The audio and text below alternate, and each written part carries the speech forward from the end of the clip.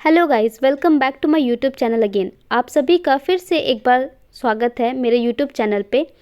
आप जैसे कि थंबनेल पे देख चुके हो कि मंथली असेसमेंट जो आपके स्कूल में आती है हर महीने, आपको उसका एग्ज़ाम देना पड़ता है। तो दिसंबर की मंथली असेसमेंट के मैंने सॉल्यूशंस इस वीडियो में बनाए हैं। ये मुझे मिली है क्लास 7 की, और क्लास 7 में आप देखेंगे कि Hindi, English, maths, science, social science and Sanskrit, ये सभी के जो मंथली असेसमेंट के जो पीडीएफ है वो एक साथ ही आती है, ठीक है। और इसके पहले अगर आपने मेरे चैनल को अभी तक सब्सक्राइब नहीं किया है तो ज़रूर सब्सक्राइब कर ले, क्योंकि ऐसे हेल्पफुल वीडियो मैं हमेशा स्टूडेंट्स के लिए डालती रहती हूँ। आप इनमें से जो लोग 11th फिजिक्स, जो लोगों के साइंस के स्टूडेंट हैं, और अगर उनका दिसंबर का मंथली असेसमेंट की एग्ज़ाम का सॉल्यूशन अगर आप तक को अभी तक आपको नहीं मिला है, तो वो मेरे प्रीवियस वीडियो प्लेलिस्ट पे जाए और जा कर के वहाँ से फिज़िक्स के क्लास 11th के सॉल्यूशंस को ले सकते हैं। आज हम बात कर रहे हैं क्लास 7 के दिसंबर की मंथली असेसमेंट की, और यहाँ पे Hindi, English, math, social science, Sanskrit सभी आपका जो होता है वो एक ही साथ आता है। आप देख पा रहे हो कि जो आपका जो फुल मार्क्स है वो 60 मार्क्स का होता है। तो चलिए हम लोग स्टार्ट करते हैं। आप देख रहे हो कि यहाँ जैक द्वारा जो है मंथली असेसमेंट माह दिसंबर, और सेशन जो है आपका 21 to 22, और मुझे लगता है कि 27 तक आपका एग्ज़ाम हो जाएगा। आज आपका डेट बहुत ही कम दिन बाकी है, तो आप जल्दी जल्दी सॉल्यूशंस को कर लीजिए, ठीक है, ताकि ये आपको एग्ज़ाम में हेल्पफुल साबित होगी और आप अपना एग्ज़ाम में अच्छा स्कोर कर पाओगे। सभी की इच्छा होती है कि मैं एग्ज़ाम में अच्छा स्कोर करूं, ठीक है। तो चलिए पहले स्टार्ट करते हैं। देखिए, पहले मैं स्टार्ट करूँगी हिंदी तो नहीं, पहले मैं इंग्लिश से स्टार्ट करती हूँ, ठीक है, फिर हम लोग हिंदी पे ज़रूर आएंगे, ठीक है। सबसे पहले क्या है कि इंग्लिश पे क्या है, read the given lines and answer the question that follows. तो सिंपल सा बात है कि आप सभी इस तरह के एग्ज़ाम को देख करके इसके आदी हो चुके हैं कि पहले पैसेज पढ़ना होगा और पैसेज के अकॉर्डिंग आपको आंसर करना होगा। तो समय ना गवाते हुए चलिए जल्दी जल्दी पैसेज पढ़ते हैं। Nelson Mandela was born on 18 July 1918 in Transkei, South Africa. His father died when he was 12। अब देखिए दोस्तों, यहाँ पे क्या है कि नेल्सन मंडेला का जन्म जो आपको इम्पॉर्टेंट लगेगा ना, तो जब भी आप पैसेज पढ़ो तो उसको दिमाग में रखते चले जाओ कि उनका जन्म कब हुआ। 18 जुलाई 1918, यहाँ से क्वेश्चन बन सकता है। देखते हैं फर्स्ट नंबर क्वेश्चन क्या है। इस तरीके से हम लोग का जो टाइम होगा वो ज़्यादा वेस्ट नहीं होगा। In which year Mandela father die. देखिए यहाँ क्वेश्चन ना थोड़ा घुमा के पूछा है दोस्तों। सबसे पहले तो दिया है कि नेल्सन मंडेला, देखिए नेल्सन मंडेला का जो जन्म हुआ है 1918 में हुआ, 1918 ईस्वी में हुआ है, ठीक है। और जब वो 12 साल का था तब उसके फादर मर गए। तो सिंपल सा बात है, अगर वो 1918 में जन्मा है और 12 साल के उम्र में उसके फादर जो का देहांत हो गया, ठीक है, तो उस हिसाब से यहाँ पे आपको इन्फॉर्मेशन नहीं दिया गया है, तो खुद ही आपको ये कैलकुलेट करके आंसर निकालना है कि कौन से ईयर्स में उनका देहांत हुआ, उनके फादर का देहांत हुआ। तो देखिए 18 और 12 होता है 30, दैट मीन्स 1930 में उनका देहांत हुआ। और पूरे पैसेज में कहीं भी उनके फादर का देहांत का डेट, ईयर नहीं मेंशन किया गया है। तो ये आपका एक कंसेप्चुअल क्वेश्चन बनता है, ठीक है। सेकेंड नंबर क्वेश्चन की ओर बढ़ते हैं दोस्तों। In which year the Nelson Mandela elected as national president of ANCYL? तो चलिए पढ़ते हैं, आगे पढ़ते हैं पैसेज को। He was the first member of his family to go to a school. He was expelled from Fort Hare University in 1941 because he led a group of students on political strike. In 1944 he started the African National Congress Youth League. In 1950 he became its national president। देखिए answer मिल गया दोस्तों, क्या लिखा हुआ है 1950 ही became national president। तो कब बना, तो यहाँ पे देख सकते हैं नेशनल प्रेसिडेंट का ही क्वेश्चन पूछा है, तो 1950 में बना, ठीक है। अब चलिए आगे बढ़ते हैं। पैसेज से आपका 2 क्वेश्चन है। What is second number question आप देखते हैं, what is the greatest gift for the dying people according to the poem we are the world. सबसे पहले तो ये आपका बुक का पोर्शन है, और बुक में आपका एक पोएम है वी आर दी वर्ल्ड।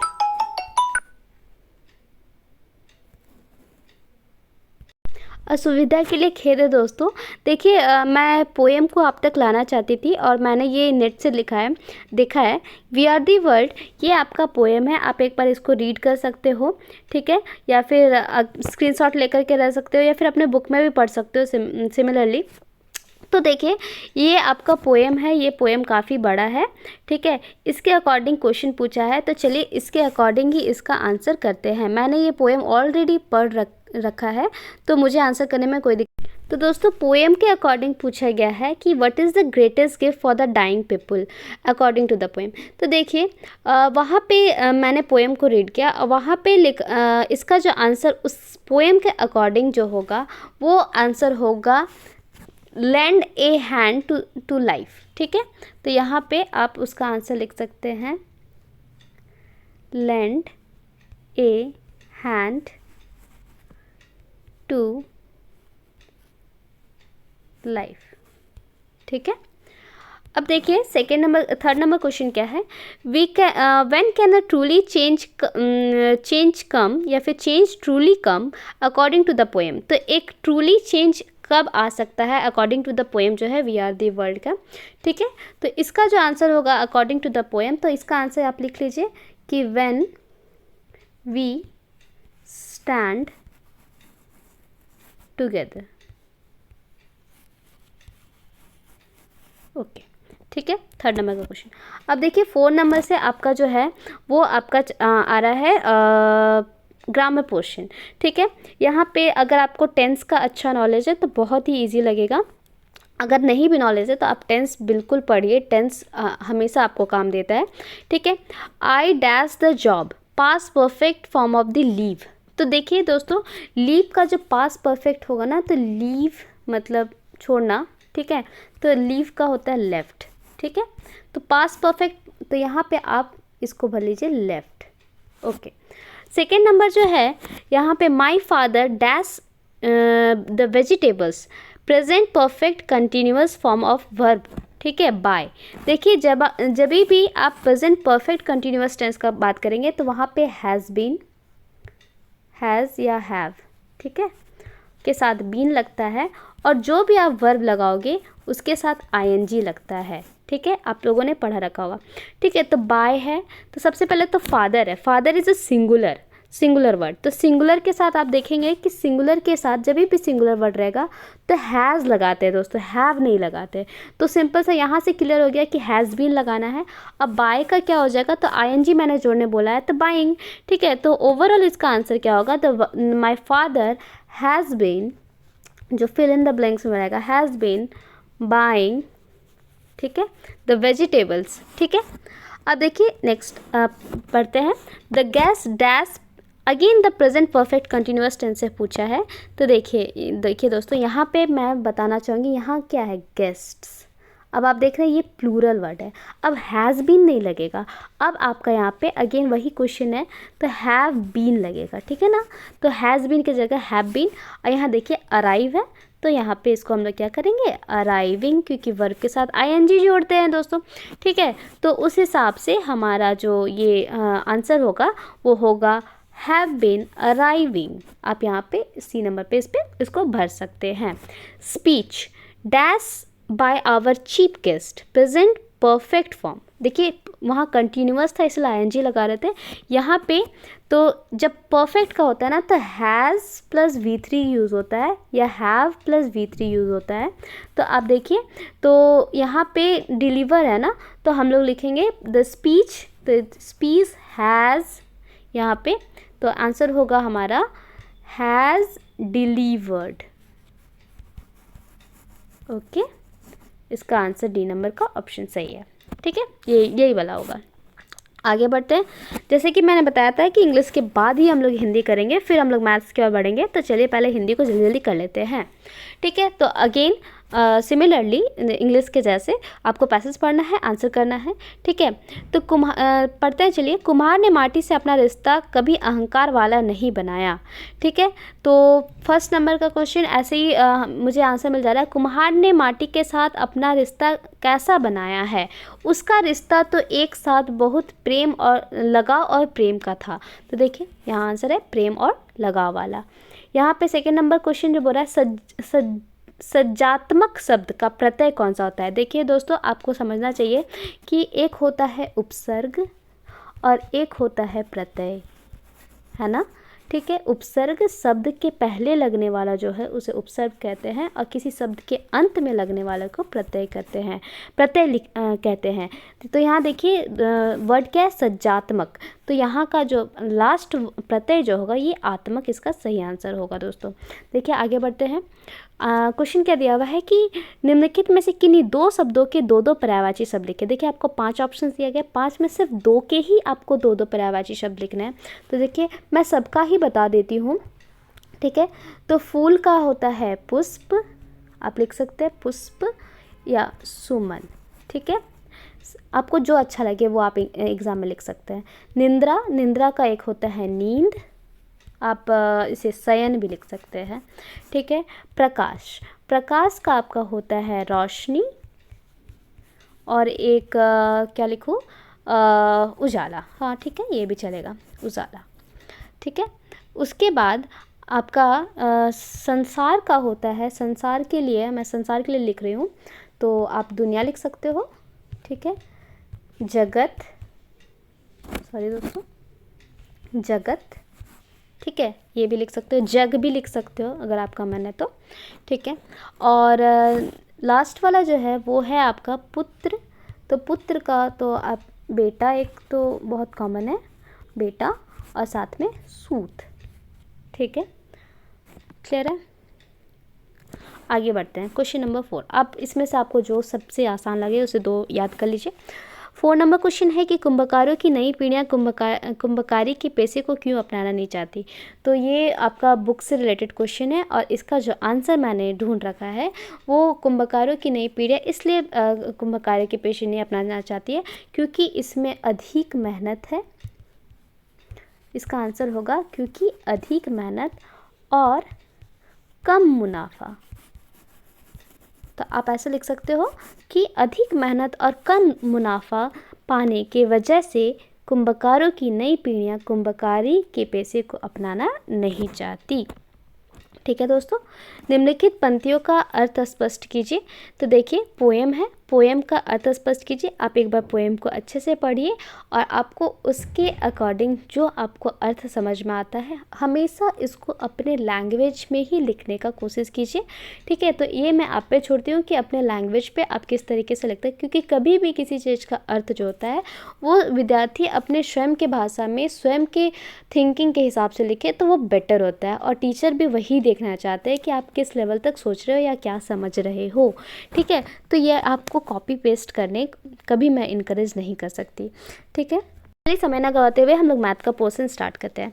ठीक है, यहाँ पे आप देखिए 2 पैरेलल लाइंस दिए गए हैं जिसको आप समांतर रेखाओं के नाम से जानते हैं। ये प्रतिच्छेदी रेखा है। तो आप यहाँ पे देखिए कि कौन सा विकल्प सही है। तो 1 और 6 नहीं, ये दोनों आपस में बराबर नहीं होते हैं। 3 8 7 1, देखिए इसका आंसर 7 1 होगा। ठीक है, और यहाँ पे आप देख सकते हैं एक बार फिर से आकृति को। ठीक है, आप लोगों ने ये पढ़ रखा है। ठीक है, यहाँ पे आप देख सक रहे हैं कि यहाँ पे 2 रेखाएं दी गई हैं और दोनों समांतर है दोस्तों। अब यहाँ पे आप देखिए कि यहाँ पे पूछा गया है कि x का मान क्या होगा। तो चलिए इसको सॉल्व करते हैं। तो चलिए दोस्तों इसको सॉल्व करते हैं। देखिए यहाँ पे क्या दिया हुआ है, एंगल बी का मान दिया हुआ है 100 डिग्री और सी का मान पूछा गया है, जिसमें से आपको ये दिया है कि ए बी बराबर बी सी। तो ए बी कौन सा रेखा, ये, और बी सी कौन सा रेखा, ये। तो आप लोगों ने पढ़ा है कि समान भुजाओं की परस्पर जो कोण होते हैं वो समान होते हैं। दैट मीन्स अगर इसे हम लोग एक्स लेट करके चलेंगे तो इसके परस्पर कौन सा है, तो ये भी एक्स होगा। और आप लोगों को पता है कि त्रिभुज के तीनों कोणों का योग 180 डिग्री होता है। दैट इज़ क्या, x + x + 100 = 180। Similarly 2x equals to that implies 180 और 100 उधर जाएगा तो आपका बचता है 80 और 2x इक्वल्स टू 80 आपका होता है। तो x इक्वल्स टू देखिए 80 उधर इंटू में है तो इधर आएगा तो डिवाइड में होगा, भागा में, दैट इज़ 40। तो आपका कितना निकलता है आंसर 40। तो उस हिसाब से देखिए इसका जो आंसर होगा तो एंगल सी का मान आप ऐसे करके इसको ऐसे लिखोगे कि समान, मैं लिख देती हूँ, भुजाओं के परस्पर कोण बराबर होते हैं, अतः एंगल सी बराबर एंगल ए बराबर एक्स मान लीजिए।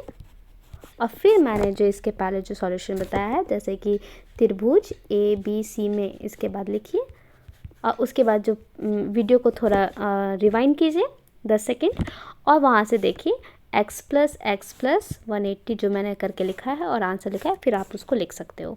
ठीक है, आगे बढ़ते हैं दोस्तों। देखिए यहाँ क्या दिखा है कि एफ ई जी का वैल्यू फाइंड कीजिए। तो देखिए F E G that is ये वाला एंगल आपको पूछा गया है। ठीक है, तो चलिए देखते हैं।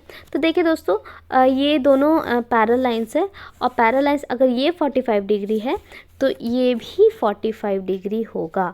ठीक है, तो इसको क्या बोलते हैं, अल्टरनेट, दैट इज़ एकांतर कोण। क्या बोलते हैं, एकांतर कोण के नाम से जानते हैं। एकांतर को आपस में समान होते हैं। तो ये 45 हो गया।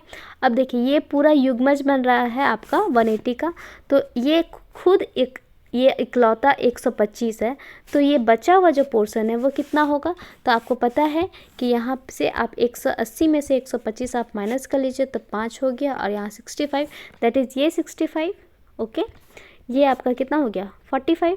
ठीक है, अब आप निकाल सकते हो। तो देखिए एफ ई जी निकालने के लिए आपको यहाँ पे ये आपका था 45, ठीक है, plus F E G that is ये बीच वाला और ये आपका आया था 65। और चूँकि ये त्रिभुज है, त्रिभुज के तीनों कोनों का योग कितना होता है 180 डिग्री।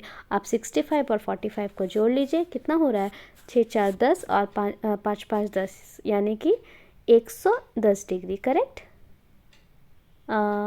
हाँ ठीक है। तो अगर 110 डिग्री उधर जाएगा तो माइनस होगा किससे 180 से, दैट इज़ कितना 70 डिग्री। तो आंसर कितना है एफ ई जी का 70 डिग्री।